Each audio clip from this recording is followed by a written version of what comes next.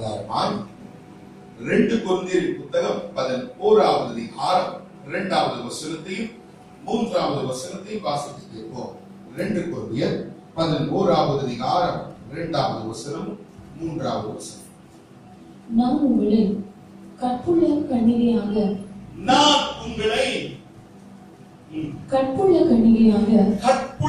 கன்னிகையாக கிறிஸ்து என்னும் ஒரே புருஷனுக்கு ஒப்புக் கொடுக்க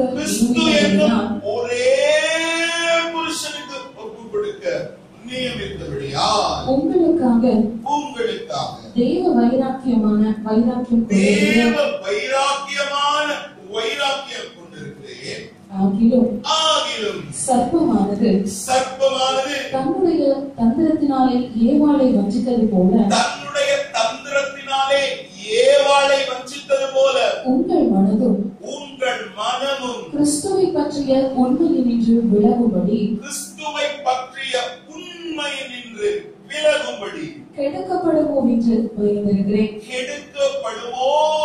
என்று பயந்திருக்கிறேன். நல்ல கவனிங்க.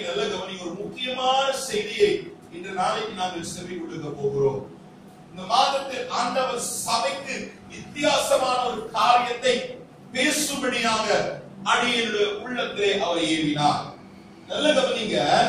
மறுபடி வாசித்த வசனத்தை வாசிங்க.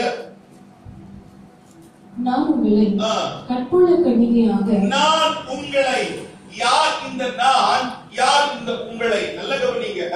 வேதத்தில் இருக்கிற ஒவ்வொரு வார்த்தைகளை குறித்து நாம் கேள்வி எழுப்பும் பொழுதுதான் நமக்கு தெளிவு வரும். ஒவ்வொரு வார்த்தை, ஒவ்வொரு வசனத்தை குறித்து ஒரு கேள்வி, ஒவ்வொரு சொல்லுக்கு நீ கேள்வி கேட்கணும். அதான் அந்த வார்த்தை நமக்கு தெளிவாக மாறும். நல்ல கவனிங்க. பவுல் அப்போஸ்தலன் கொரிந்து சபைக்கு சொல்லும் பொழுது சொல்லுகிறார்.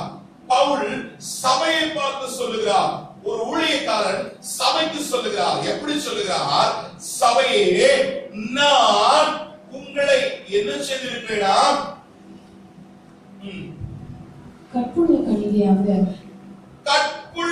கன்னிகையாக கிறிஸ்து என்னும் ஒரே புருஷனுக்கு ஒப்புக் கொடுக்க நியமித்தபடியால் உங்களுக்காக தேவ வைராக்கியம். நல்ல கவனி. நீங்கள் யார்? கற்புள்ள கன்னிகைகள். இந்த கற்புள்ள கன்னிகை யாருக்கு நியமித்திருக்கிறாரா? கிறிஸ்து எனப்பட்ட ஒரே புருஷனுக்கு நியமித்திருக்கிறார். நீங்கள் கிறிஸ்துவினுடைய மனவாட்டிகள் அல்ல, கிறிஸ்துவினுடைய மனைவிகள் அல்ல, கிறிஸ்துவுக்காக ஆயத்தம் பண்ணப்பட்ட மனவாட்டியாய் இருக்கிறீர்கள். நீங்க மனைவி அல்ல, இன்னும் மனைவி ஆகவில்லை, இன்னும் நியமிக்கப்பட்டிருக்கிறீர்கள். மத்திய வானத்திலே இயேசு வரும் பொழுது சபையை அவர் எடுப்பார். அப்பொழுது மேகத்திலே கல்யாணம் நடைபெறும் என்று வேதம் சொல்லுகிறது. ஆமென். ஆகவே கல்யாணத்துக்கு நியமிக்கப்பட்ட கன்னிகைகள் நாங்கள். நல்ல கவனிங்க. கொஞ்சம் நான் தெளிவுபடுத்தும் வரை உங்களுக்கு ஒரு குழப்பமாவே இருக்கும். ஆனா இந்த செய்தியை புரிந்து கொண்டால் ஒரு பெரிய சத்தியத்திலே நீங்கள் நடத்தப்படுவீர்கள். நல்ல கவனிங்க. ஏற்கனவே என்னுடைய செய்தி, நான் திருமணத்தை குறித்து ஏற்கனவே நான் உங்களோடு பேசி இருக்கிறேன். இதற்கு முதலாக ஒரு செய்தி வைத்திருக்கிறேன், மணவாளனுக்கு ஆயத்தமாக்கப்பட்ட மணவாட்டி என்று சொல்லி. அந்த செய்தியை கேட்காதவர்கள் நீங்க யூடியூப்ல போயிட்டு அந்த செய்தியை கேளுங்க. யூடியூப்ல அந்த செய்தி இருக்கு. என்னுடைய பெயரை அடிச்சா யூடியூப்ல அந்த செய்தி வரும். அங்க அதை நீங்க கேட்கலாம். இது 2வது பகுதி. அது முதலாவது மணவாளனுக்கு ஆயத்தமாக்கப்பட்ட மணவாட்டி. இன்றைக்கு கிறிஸ்துவின் மணவாட்டி என்கிற தலைப்பில் ஆவியானவர் மறுபடியும் பேசுகிறார். நல்ல கவனிங்க. நீங்கள் கற்புள்ள கன்னியாய் கிறிஸ்து என்னும் ஒரே புருஷனுக்கு நியமிக்கப்பட்டிருக்கிறீர்கள். இதை தெளிவுபடுத்த நான் ஒரு சம்பவத்தை உங்களுக்கு சொல்ல விரும்புகிறேன். ஏன் சபையிலே இப்படி ஆண்டவர் பேசுகிறார்? யூத சம்பிரதாயப்படி ஒரு முறைமை இருந்தது. யூதர்கள் என்ன செய்வார்களாம்? நான் பைபிள் ஸ்டடியில் சொல்லிக் கொடுத்திருக்கிறேன். யூதர்களுடைய திருமணம் சாதாரண திருமணம் போல நடைபெறாது. சாதாரண திருமண நிகழ்வை போல இருக்காது. யூதர்கள் ஒரு ஆணுக்கு ஒரு பெண்ணை அவர்கள் பார்த்தால் முதலாவது என்ன செய்வார்களாம்? அவர்கள் இருவருக்கும் இடையிலே என்கேஜ்மெண்ட் என்று சொல்லப்பட்ட திருமண நிச்சயதார்த்தத்தை அவர்கள் ஏற்படுத்துவார்கள். இந்த திருமண நிச்சயதார்த்தம் என்கேஜ்மெண்ட் என்று சொல்லப்பட்ட இந்த நிகழ்வு யூத பாரம்பரியத்திலிருந்து வந்த ஒன்று. சரியா? இவர்கள் என்ன செய்வார்களாம், ஒரு ஆணை ஒரு பெண்ணுக்கு நியமனம் பண்ணுவார்கள். நியமனம் பண்ணின பின்பதாக அந்த ஆண் இந்த பெண்ணும் உடனே கூடி வாழ மாட்டார்கள். உதாரணத்துக்கு மத்தேயு புத்தகம் 1வது அதிகாரம், உதாரணத்துக்கு ஒரு வசனத்தை நான் உங்களுக்கு சுட்டி காட்ட விரும்புகிறேன். இது எப்படி நான் சொல்லுகிறேன். மத்தேயு புத்தகம் 1வது அதிகாரம்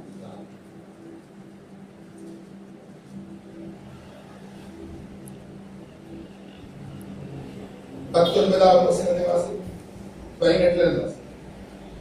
இயேசு கிறிஸ்துவினுடைய ஜனனத்தின் விவரமாவது, அவருடைய தாயாகிய மரியாள் யோசேப்புக்கு நியமிக்கப்பட்டிருக்கிறார். நல்ல கவனிங்க. யோசேப்புக்கும் மரியாளுக்கும் இடையில என்கேஜ்மென்ட், நியமனம், நிச்சயதார்த்தம். இந்த திருமண நிச்சயதார்த்தம் யோசேப்புக்கும் மரியாளுக்கும் நிச்சயம் பண்ணப்பட்டிருக்கையிலே அவர்கள் கூடி வரும் முன்னே, அவர்கள் கூடி வாழும் முன்னே, அவங்க ரெண்டு பேரும் கூடி வாழ்வதற்கு முன்பதாகவே அவள் பரிசுத்த ஆவியினாலே கர்ப்பவதியானாள் என்று காணப்பட்டது. அவள் புருஷனாகிய யோசேப்பு. நல்ல கவனிங்க. இப்ப உங்களுக்கு தெளிவு வரும். அவங்க நியமிக்கப்பட்ட உடனே வேதம் என்ன சொல்ற, ஆவியானவர் சொல்றார், புருஷனாகிய யோசேப்பு மனைவியாகிய மரியாள். அப்ப என்னைக்கு நியமிக்கப்பட்டார்களோ, என்னைக்கு ஒப்பந்தம் நடந்ததோ, அந்த நேரம் தொடக்கம் அவர்கள் கணவன் மனைவி. ஆமென். அவர் ரெண்டு பேரும் கூடி வாழ மாட்டார்கள். ரெண்டு பேரும் தனித்தனியா தான் இருப்பார்கள். பெண் அம்மா வீட்டுல இருக்கணும், ஆண் அவங்க அப்பா வீட்டுல இருக்கணும், தனித்தனியே இருப்பார்கள். ஆனால் நல்ல கவனிங்க, ஒரு நாள் என்ன செய்வார்களாம், இந்த பெண் திருமணம் ஒப்பந்தம் பண்ணப்பட்ட நாள்ல இருந்து தன்னை அலங்கரித்து, தன்னை சுத்திகரித்து ஆயத்தமாகவே இருக்க வேண்டும். தன்னுடைய மணவாளன் எப்பயாவது வருவார், அவர் வந்து என்னை எப்பயாவது தன்னுடைய வீட்டுக்கு அழைத்துக் கொண்டு போவார், எனக்கும் அவருக்கும் இடையே திருமண உறவு ஏற்படும் என்ற எதிர்பார்ப்போடு இந்த பெண் காத்திருக்க வேண்டும். அப்படிப்பட்ட ஒரு காத்திருப்பிலே தான் இந்த மரியாள் இருந்தார். எப்ப என் கணவன் எப்பயாவது வந்து என்னை தூக்கிக் கொண்டு போவார் என்கிற எதிர்பார்ப்பிலே தான் பெண் இருப்பார். ஏனென்றால் யூதர்கள் என்ன செய்வார்களாம், திருமணம்